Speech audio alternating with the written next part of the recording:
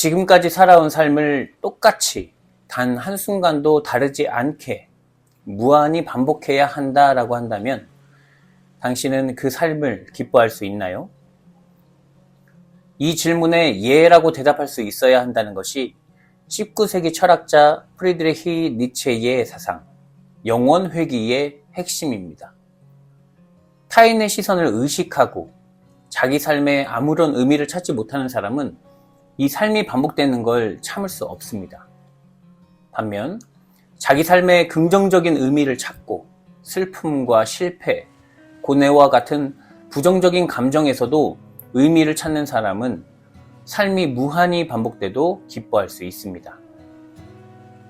전자가 그때 내가 왜 그랬을까라며 과거에 매몰돼 산다면 후자는 실패했지만 내 선택이었고 그것을 후회하지 않는다라고 생각하며 현재와 미래를 생각합니다.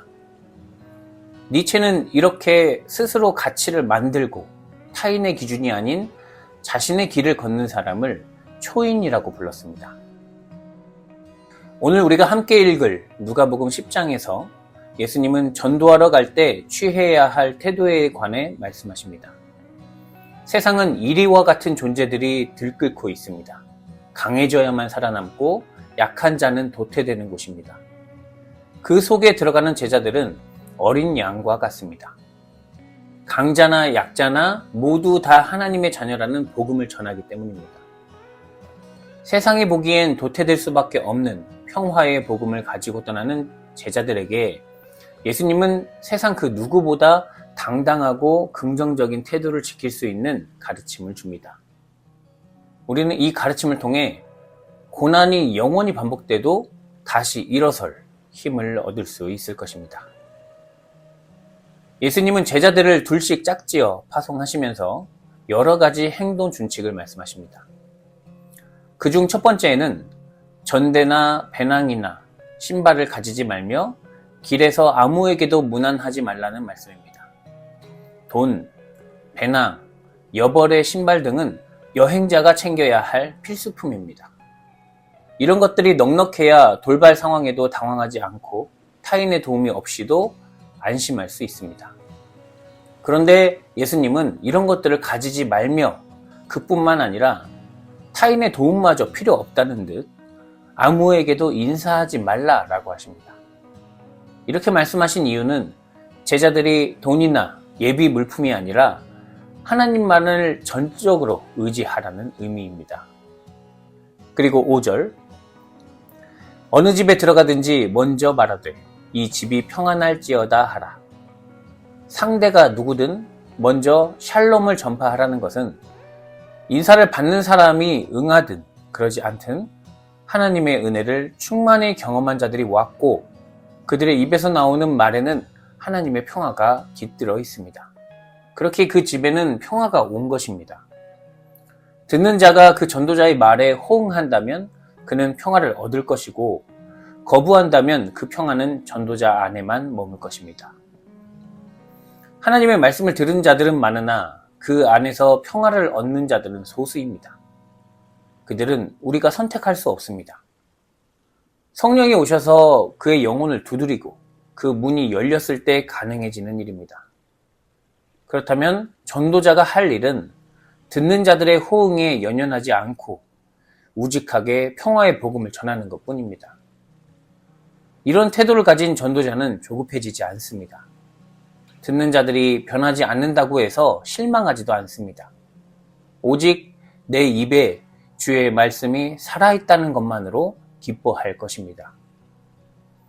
이어서 예수님이 가르쳐 주신 준칙은 거주하는 집에서 주는 것을 먹고 한 집을 거점으로 병자들을 고치라고 하십니다. 먹을 것과 잘 곳을 가리지 말고 처음 환대하여 받아들인 집에서 감사하는 마음으로 끝까지 머무르라는 뜻입니다. 그리고 예수님은 그들이 이렇게 외부 환경에 흔들리지 않을 수 있는 이유, 복음의 핵심을 짚어줍니다. 9절, 거기 있는 병자들을 고치고 또 말하기를 하나님의 나라가 너희에게 가까이 왔다 하라. 하나님의 나라를 이야기하면 일반적으로 천국을 떠올립니다. 믿는 자들이 죽으면 영혼이 들어가는 나라, 도시를 생각합니다. 하지만 나라로 번역된 헬라어 바실레이아는 국가보다는 왕의 통치, 다스림을 의미합니다.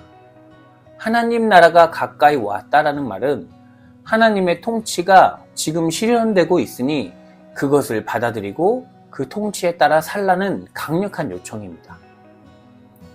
예수님은 이미 자신의 삶을 통해 이 말씀을 살아내셨습니다.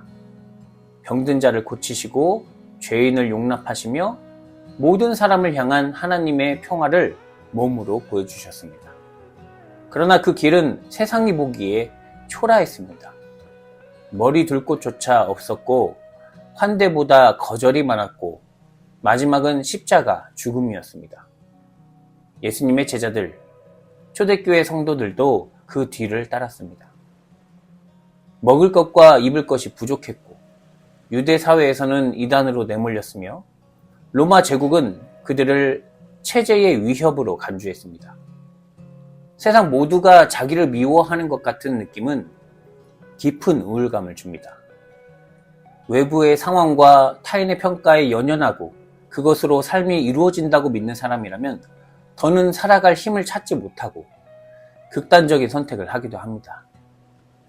이런 사람들에게 니체는 고뇌와 슬픔까지도 긍정할 수 있는 초인이 되라고 말하겠지만 벼랑 끝에 선 사람들에게 높은 지식과 깊은 고뇌에서 나온 철학자의 한마디는 무책임한 격언에 지나지 않을 것입니다. 그런 초대교인들과 여전히 제국의 힘과 율법에서 자유롭지 못한 오늘 우리에게 예수님은 하나님의 통치가 우리 앞에 있다고 말씀합니다.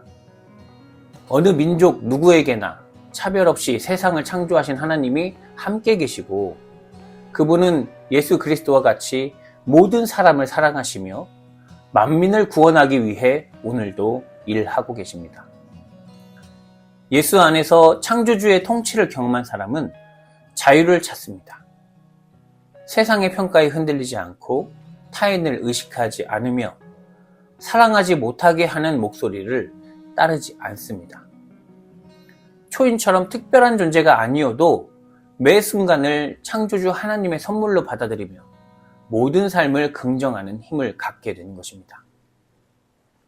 철저하게 율법주의자였던 바울은 예수님을 통해서 하나님의 사랑을 보았고 율법에서 자유로워졌습니다. 율법을 많이 알고 잘 지키는 것은 이제 그에게 아무런 자랑거리가 되지 못합니다. 그래서 그는 이렇게 고백합니다. 그러나 내게는 우리 주 예수 그리스도의 십자가 외에 결코 자랑할 것이 없으니 할례나 무할례가 아무것도 아니로되 오직 새로 지으심을 받는 것만이 중요하니라. 오늘 본문 17절부터 20절에는 전도하고 돌아온 제자들의 후기가 이어집니다. 제자들은 주의 이름이면 귀신들도 우리에게 항복하더이다 라고 말합니다. 예수님의 이름으로 귀신이 쫓겨나고 병자가 고침을 받고 사람들이 하나님 나라의 복음을 듣게 된다는 것은 놀라운 일입니다. 제자들도 흥분해서 돌아왔습니다. 이리 같은 세상에서 맛보는 첫 승리의 경험이었을 것입니다. 하지만 예수님은 그 기쁨의 영광을 어디에 돌려야 하는지 정확하게 짚어주십니다. 자칫하면 제자들이 그 승리를 나의 승리로 오인할 수 있기 때문입니다. 20절. 그러나 귀신들이 너희에게 항복하는 것으로 기뻐하지 말고 너희 이름이 하늘에 기록된 것으로 기뻐하라. 내가 병을 고치고 귀신을 쫓아냈을 때 오는 기쁨은 나의 기쁨, 육신의 기쁨입니다. 세상의 평가, 귀신이 떠나갔을 때 나를 우러러보는 사람들에게서 느끼는 기쁨입니다. 이런 기쁨은 오래 가지 않습니다. 예수님은 기적이 일어나고 귀신이 떠나갈 때 내가 하나님과 온전한 관계 속에 있다는 증거로서 만족하셨습니다. 이 기쁨은 영원히 변하지 않습니다. 하나님의 완전한 사랑을 예수 안에서 깨닫게 될 때 우리는 온전한 기쁨을 맛볼 수 있습니다. 세상이 주는 고난과 핍박이 우리를 흔든다고 할지라도 내가 하나님 편에 서 있다는 사실을 꿰뚫어 보고 있다면 우리는 영원한 기쁨 속에서 변하지 않는 평화를 누리게 될 것입니다. 사랑하는 성도 여러분, 세상의 기준으로 나를 바라볼 때 우리는 희생될 수밖에 없는 어린 양에 불과합니다. 예수 그리스도를 믿음이 우리를 그렇게 만듭니다. 큰 것보다 작은 것에서 기쁨을 찾고 부한 자의 오만을 우습게 여기며 낮은 자들을 높여주기 때문입니다. 세상은 이런 그리스도를 멀리하고 죽이려 들지만 우리는 그 안에서 영원한 생명을 누리는 그리스도인입니다.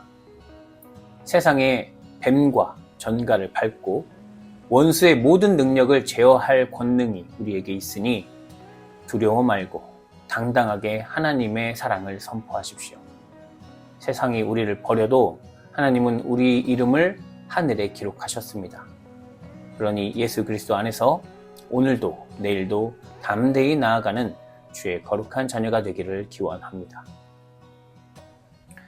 사랑의 하나님, 이리 가운데 보내지는 어린 양과 같이 연약한 우리를 끝까지 돌보시며 하나님의 나라가 우리 안에 이미 임하였다고 선포하게 하시니 감사합니다. 세상의 강함을 따르기보다 예수 그리스도의 평화를 따르게 하시고 영원한 기쁨과 사랑을 전하는 복음의 사람이 되게 하시옵소서. 예수 그리스도의 이름으로 기도드립니다. 아멘.